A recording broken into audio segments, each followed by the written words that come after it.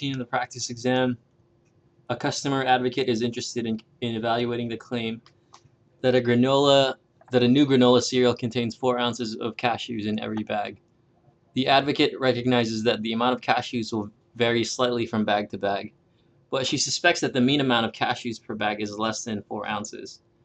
To check the claim, the advocate purchases a random sample of 40 bags of cereal and calculates a sample mean of 3.68 ounces of cashews. What alternative hypothesis does she want to test? This question is pretty straightforward. When you're setting this up and you're stating a null hypothesis, and what's usually the case when you're stating null hypothesis is that you assume that the population mean that they give you is true and that there's no difference. So if that's true, then if you're setting up the null hypothesis, it should be that mu is equal to the 4 ounces that they claim every bag to have, the weight of cashews. And then, I mean, you're given pretty clearly right here that the advocate wants to suspects that the mean amount of cashews per bag is less than 4 ounces. So she's testing if it's less than 4.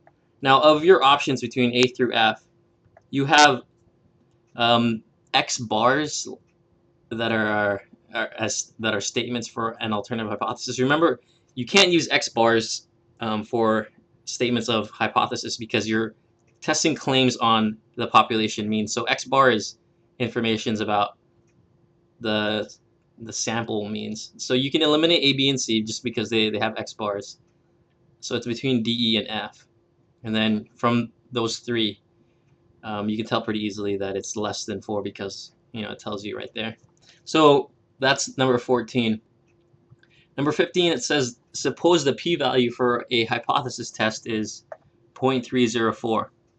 Using alpha equal 0.05, what is the appropriate statistical conclusion?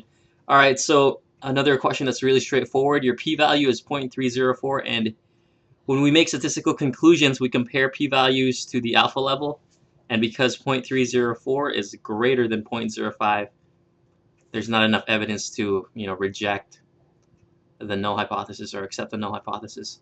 So of your options, A, B, and C, A, B, you can eliminate because it's saying you reject. So it's between C, D, and E. E you can eliminate because there is enough information. And C, it says do not reject the null hypothesis. And D says do not reject the alternative.